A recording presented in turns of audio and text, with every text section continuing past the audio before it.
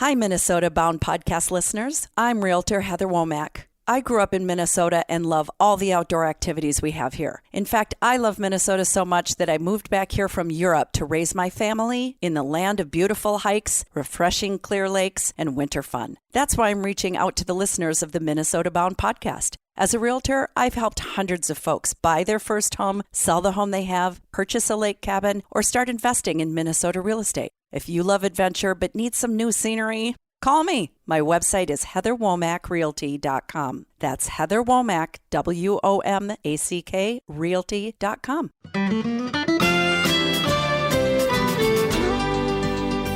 Hi, everybody. Welcome to another Minnesota-bound podcast. Ron Schara here with you, and we also not only welcome you, but also welcome Heather Womack from Caldwell Banker.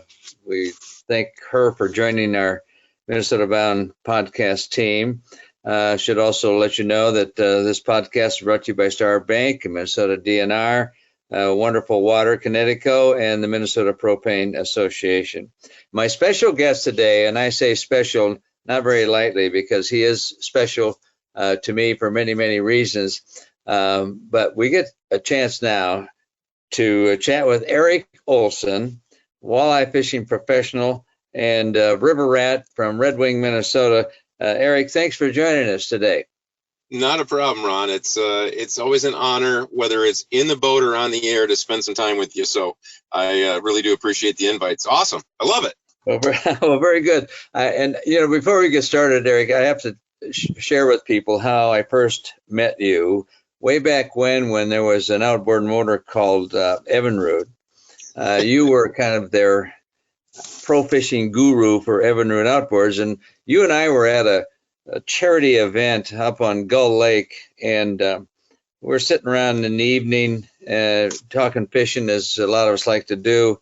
And you introduced yourself, or I knew that you were the Evinrude guru, and so I casually mentioned that I loved my outboard motor, but every once in a while it would have a slight miss with it. And you said, well, it's probably the fuel that you're using. Oh, no, it's not the fuel. I'm buying the most expensive fuel for that motor. It's not. He says, you said to me, that's the problem. I'll never forget that. He said, put the regular gasoline in your boat as you do your car. And so I did, save myself a lot of money, and never had any problems since. So I have to thank you for that. It's amazing how you can meet different people in a parking lot at a fishing event, isn't it? I'm very sad that Evinrude went away. I don't know how you feel about it, but that's another story for another time. Yeah. But, Eric, you cut your licks as an angler, I do believe, as a river rat. And you still do a lot of fishing out of your home in Red Wing for walleyes. What base? And of course, this is March now, so it's a time when a heck of a lot of boats are going to be down there trying to catch walleyes, where the walleye season is still open.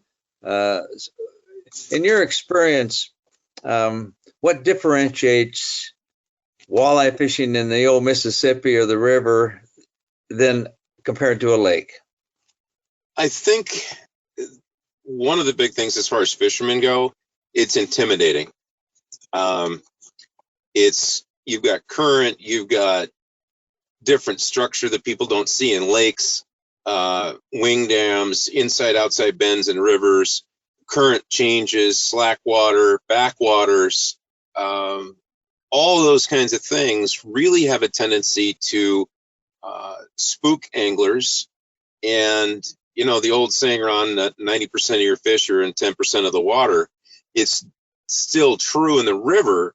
It's just a matter of identifying those key areas. And I think that's what people often have a tendency to forget, and they immediately become intimidated. And it really shortens up a tremendous opportunity, because the Mississippi River can turn out some of the biggest fish in the state of Minnesota. I will put that take that to the bank, because I know right now there's been record fish that have been caught. There was a 27-inch fish that was 10 and a half, 11, almost 11 pounds that was just taken from shore in red wing. So the opportunities are there, but the differences really come down to how to relate to what is a three-dimensional, truly three-dimensional body of water, meaning you've got current, you've got structure, and really looking at the speed as well as where positioning in the river you are on that structure. So that's really, I think, the biggest thing, Ron. I think you're looking at a lot of things that people are scared of, number one, but looking at it with three-dimensional glasses per se and utilizing electronics really is going to help you catch more fish. And you don't learn that with an afternoon of going on the river. No, no, you don't. So, my days of going down below the dam at Red Wing, it always was a great March adventure. You were tired of ice fishing, tired of being penned up, as you wanted to be on open water. The season is still open there. So you join the throngs of anglers and their boats. Everybody's having a good time. The cardinals are singing from the treetops. Most of us who go there use a jig and a minnow, and Yep. And it works. What advice do you have for the jig minnow anglers? Well, I think the number one thing would be to expand your horizons. One of the things with the jig and a minnow, you're pretty much at the mercy of the current and a lot of times it's the current and the quality of the boat driver, I guess is the best way to put it. You can either be on the bottom, or you're going to be 4 feet off the bottom on a regular basis, depending on, the wind and if that person driving the boat's able to keep your line vertical. So that's one of the things that you look at it and say, all right, live bait's great. But I will tell you, I spend more time pulling rigs at a very slow speed upriver, whether it's a stacker rig we'll talk about in a minute, or it's a Dubuque rig, or whatever it is. You've got some latitude, and if you're pulling rigs up, you can watch people what's going on. You can find pods of fish. But the other thing is, with a lot of the different structure out there, you can run diagonally to find fish. If you find fish on a piece of structure, you can work it up and down the break using the current. So really expanding horizons, I think, would be the one thing I would say to the live bait angler. You don't need to have that. The versatility and a lot of different presentations will give you a better opportunity to really stay on a pot of fish, which is really the big thing right now. And not just fishing, as you say, in the throngs. There are a lot of people that go fishing this time of year because nothing's open on the regular lakes right now. It's just a bit firm.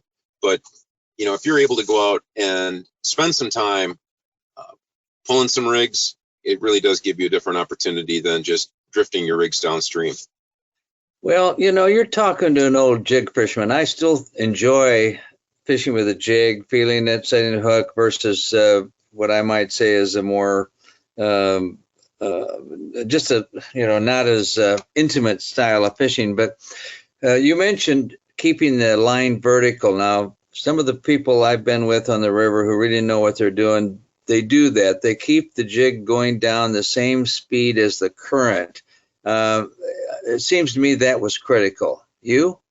Yeah, well, and I would tell you this. There's a couple things that really you need to keep in mind. And it was a revelation when I first started fishing the river.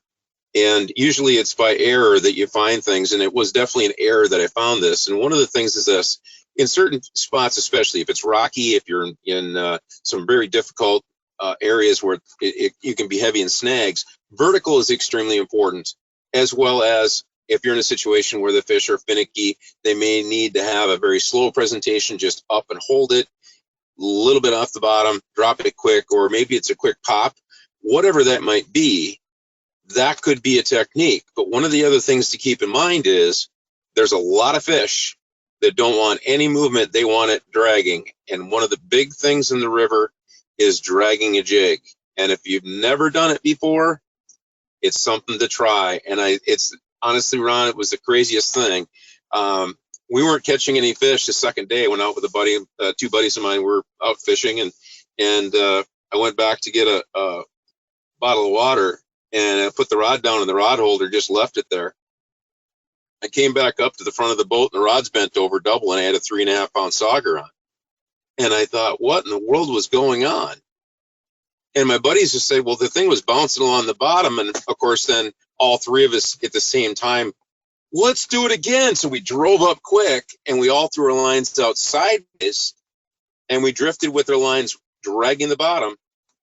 And it was, look out, game over. So jigging doesn't mean just vertical anymore. It also means how to get the fish, the bait, and the way that they want it. Whether it's on a silver platter or maybe it's out on a picnic table, give it to them the way that they want to see it. And a lot of times it's dragging on the bottom, especially in the Mississippi River, on conditions where you can actually drag sand flats, sand dunes, those kinds of things. But you have to identify and go as light a jig as you can. Usually an 1/8 ounce will really let you just drag it without a problem. Remember, you're pulling downstream, not against the current. And that really does let that technique work incredibly well, whether it's in 15 feet of water or, no joke, if it's in 4 feet of water. I've caught a ton of fish at the same with the same exact technique, dragging in 4 feet of water. It's incredible. You can't believe it, but it happens. If you're just joining us, we're chatting walleye and river fishing with Eric Olson, Red Wing River Rat. And Eric, we're going to talk to you also about, before we get to your rigging specials, talk to you about plastics on jigs instead of live bait. And just a reminder to folks, this edition of Minnesota Bound Podcast brought to you by Star Bank and the Minnesota Department of Natural Resources. The Minnesota DNR, and as we know, Minnesota's wildlife management area are a vast array of lands across all of Minnesota, and there are approximately 1,400 wildlife management areas that are valued for wildlife in Minnesota's outdoor recreation opportunities. So speaking of recreation, to find out more about Minnesota's wildlife management areas, you can go to mndnr.gov/WMAS. If you're putting your money into mega banks down the street, who knows where that money's being used? Bank locally. Keep your money local with a community bank that actually cares about you, your family, your business, and your goals. Check out the bank we use at Minnesota Bound. Try Minnesota's own Star Bank. You can find them online at starbank.net. When you call Star Bank, you actually hear a real living person answering the phone. Star Bank has 10 convenient locations around Minnesota to serve you and all the mobile banking products that you need to manage your money. Check out all that Star Bank has to offer at starbank.net. Now, Eric, we've been talking about jigs and minnows. That's great advice that you have been offering. But I read a lot. I've done some of it myself, not on the river so much. But instead of using live bait, we're using plastics. Tell me your experience with plastics. I've done it for years. Whether it's a small grub or it's a paddle tail, boot tail, whatever type of a ringworm, they all will work. I think one of the things that I would say is important, have a selection of colors. You'll find that obviously the chartreuses, the firecrackers, those kinds of color firecrackers, like a multiple color, silvers and blues and whatever, can make a big difference. And black, solid black, because if you think about what color will be visible at depth, black is one of them. And I won't repeat that. That's one of my secrets I gave out in seminars, but try it. You'll be very surprised. Same with the jig colors. In a dirty water scenario, the bright colors, they need light to be effective with the fish, with the walleyes especially. And if you have a black lure, it actually gives off color at depth more so than anything else out there. And that's directly from one of the color experts at the University of Minnesota who does research on color and fish visibility. And so that's a pretty strong thing to consider when you're out fishing. So have a multiple color presentation. Having multiple types of tails, I think, is one thing. Bigger profile, smaller profile. The fish will tell you what they want. Oftentimes I like to have a grub or maybe more of a ringworm, not very long. I'll pinch the head of it off so it's not too far off the hook. Lately I've been running what's called a sleek jig. It's a VMC jig, and it's a longer shank. So it allows that plastic to be further up, or the core center of the bait further up on the jig. So when they hit, they're actually hitting the middle of the jig where the hook is, and you're able to get your hookup percentages to go up pretty significantly. So longer shanks, a big thing with the plastic retention as well, because if you get a strike and it doesn't pull the worm off, the opportunity for that fish to come back because it's looking like, hey, I missed it, is pretty strong. So having a good plastic retention little hook, they have a little extra hook in there, is also a good thing for the plastics. So understanding that aspect, big and important understanding from the plastic side. And the other thing too is, if you're a beginner jig fisherman, don't be intimidated by people saying you got to go as light as you can. My opposite feeling is, go heavy enough that you're comfortable feeling the bottom and you're jigging and you're staying where you need to be. The biggest thing is understanding that hook sets are free. If you think it's a rock and hey, set the hook. It may be the biggest fish of a lifetime. So it's true. Hook sets truly, Ron, am I wrong? They're free. You can, you and I fish together. I've watched you do it all the time. Well, thank you. That's a good way of putting it. They're free. Interesting advice you have there about the color. That black might be more magical than we tend to think. Before we get on to kind of more details about where to find sauger and walleye, etc., I kind of look at them as same fish. Let's talk real briefly about, you mentioned broadening your horizons. You know, we're all love to fish jigs. Minnesota are jig nuts. What do you do when you're out there if you're not using a jig? If I'm not going to use a jig, I'll probably run a Dubuque rig, which is a heavy jig, probably 5/8 to maybe 3/4, depending on the current. And I'll do it off of a 3-way. So it'll be an 18-inch dropper off of a 3-way, or 10-inch dropper off of a 3-way swivel. The main line comes to the top. I just want to thank the clip, and you have the 3-way swivel, the jig, heavy jig on the bottom. Then off of that other third tab on the 3-way swivel, I'll probably go back out about 28 inches, and I'll generally put on an Aberdeen hook, or I'll use a slow death hook. And what that will do is it gives you two presentations. So you'll have a ringworm on that Aberdeen or slow death hook, and that provides a really unique movement, not just a twist or tail, but that slow death roll provides an additional action. So you've got that bait in the back, because on the rivers you're allowed to, in the border water, you're allowed to fish 2 presentations per rod. The bottom jig, you'll put on a bigger presentation, namely I'll go with a lot of times a paddle tail of some type. Walleye Assassin is one of them that I use extensively. A mid-size, probably 3.5-inch, 4-inch minnow with paddle or boot tail or something like that, just to provide a different action.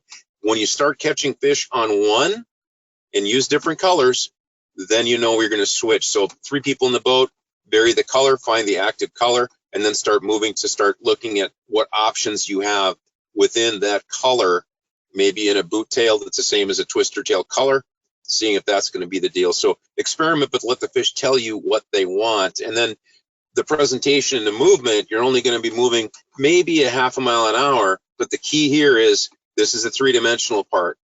There's always going to be a current seam where the current is stronger towards the center of the river, and it slows down towards the edge of the river, and it'll be almost a line. So when you run this bait, you're going to run it along that current seam where it goes fast and slow. One way to tell is when you move into the current, the boat will literally stop. When you move back in, all of a sudden the boat's going to be moving again. So working that line, and that's where those fish will hang out, is on the current seam. They don't want to have to work that hard, and they want to know that the bait's going to be coming down that seam. So that's the direction that they want to go.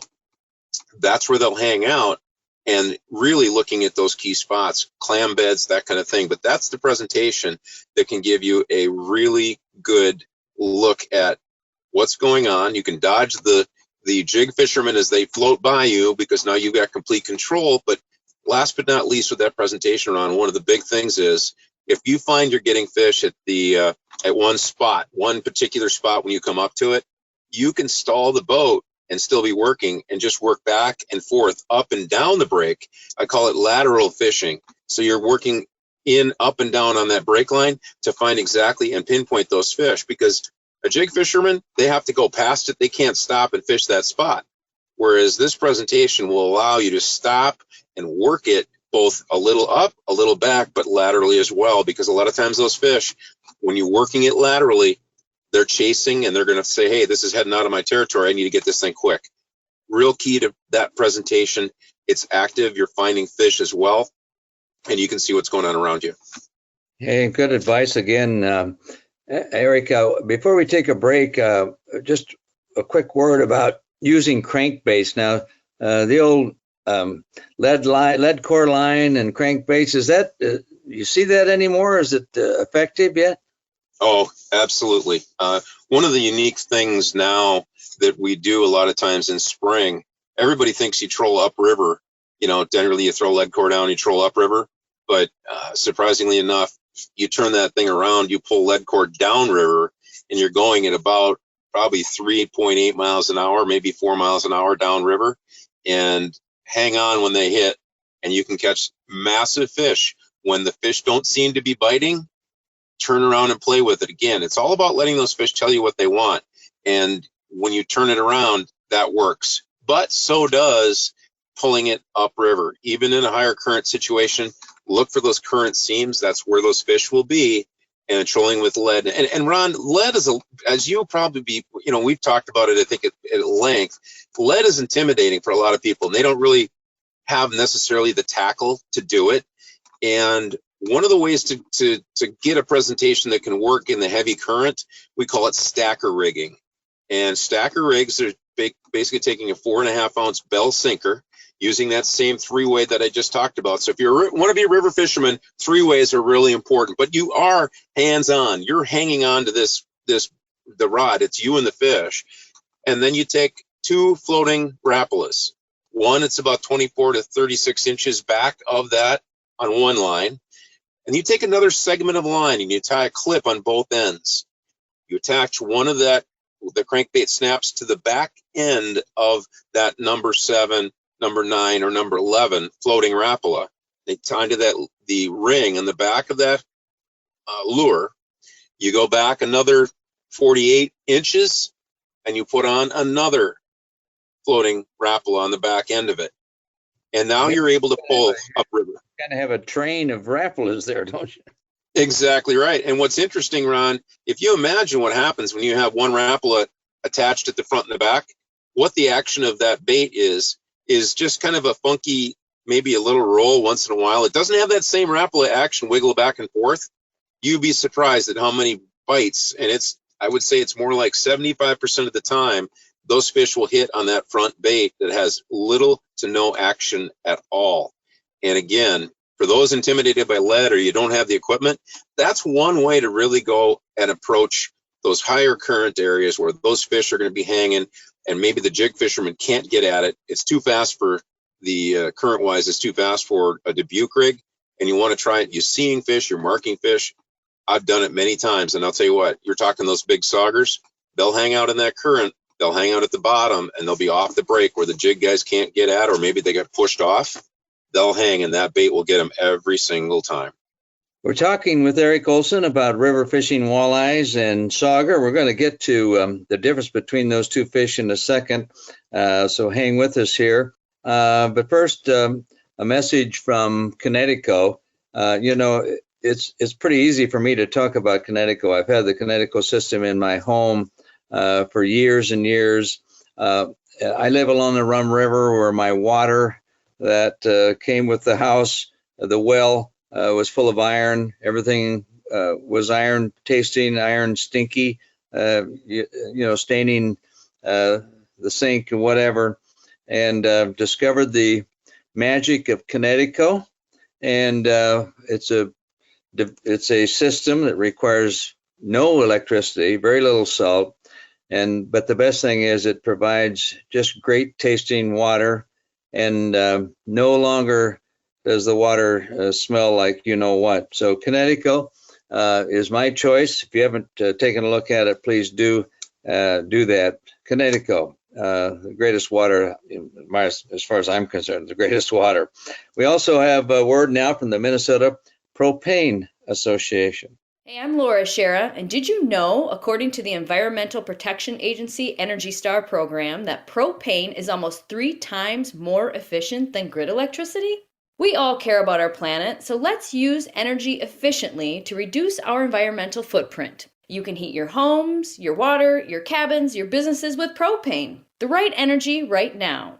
Propane, clean American energy. For more information, go to propane.com. Eric, thank you for joining us again. Welcome back. We're going to finish up. Eric, we've been talking about great advice from you on finding walleyes, sauger, but walleye and sauger are closely related fish, yet it seems to me in the river system, they tend to occupy different habitats. Do you agree with that? Absolutely. You're going to find that the sauger don't mind hanging out in the heavy current. They're built for it mentally, or I should say, and physically. They really stay in those current areas. The walleye will hang out in the backwaters, or maybe more so in the slack side of a current seam rather than being into that heavy area. On the tip of a wing dam, they'll probably maybe tuck behind it or stay in front of it where the current is definitely different. So, and of course, wing dams are a whole different scenario. But this time of year, especially, you're going to find the big females hanging out in some of the more slack areas behind and below a wing dam series. A lot of times you'll find them there and tight to shore when you think wherever that current break would be located, that's where they're going to hang out. So definitely 2 areas that are different. And a lot of times for myself, it's definitely 2 different types of presentations that I'm going to go for each one as far as how to get at them and target each one of them. Well, Eric, I appreciate your enthusiasm. You know, you're an old river rat. Maybe old is the wrong word to use, but you know, it seems to me you're still as excited about fishing as since I first known you. You know,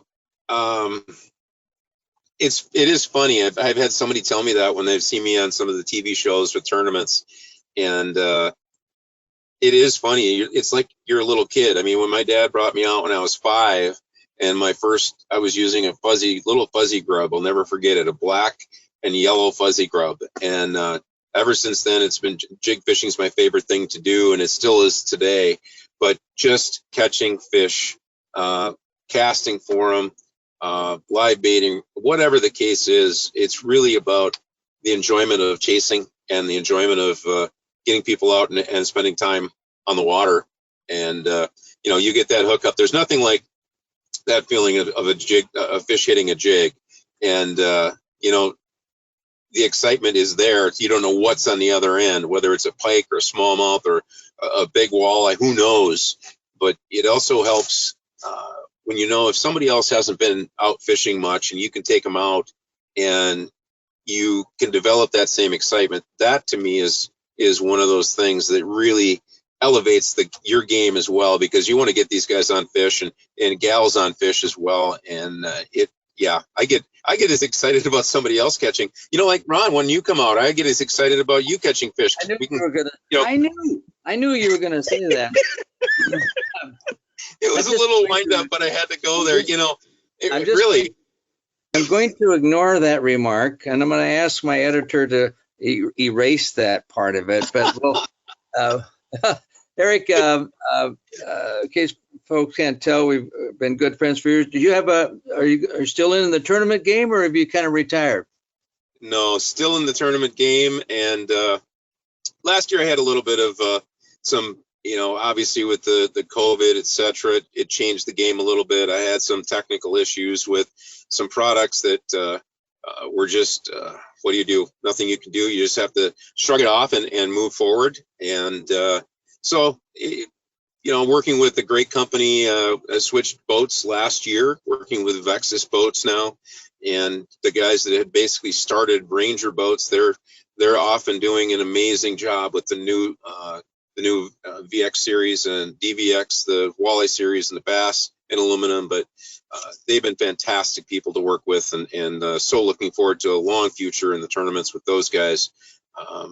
Switched to a different motor company this year as well, working with Mercury. It was a pretty much a no-brainer choice, Ron.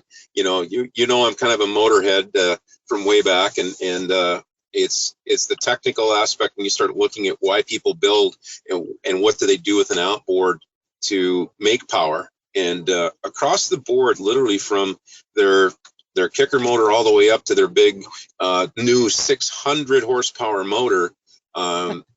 Displacement is everything, especially in a 4-stroke. But attention to the detail. You're laughing. You're waiting for somebody to come up with 600 horse. With 600 horses, I'm going to sell my horse. You know what I mean? Ron, it doesn't come with a tiller handle, though. You can't put a tiller handle on it. Sorry. Hey, listen, we have to say goodbye here, but I wanted to thank you for joining us. And anytime you want me to come down to the river and show you some techniques that you haven't even heard about, I'd be happy to do that. And I've seen a lot of them that I've never heard about before, too. Thank you for joining us, Eric. Eric Olson, walleye pro, a good guy, river rat, which is a compliment. You've been listening to Minnesota Bound Podcast. Thanks again, Eric. Thank you. Appreciate it, Ron. You have a great one. This podcast is brought to you by Star Bank and Minnesota DNR. Heather Womack from Caldwell Banker, Wonderful Water, Connecticut, and the Minnesota Propane Association.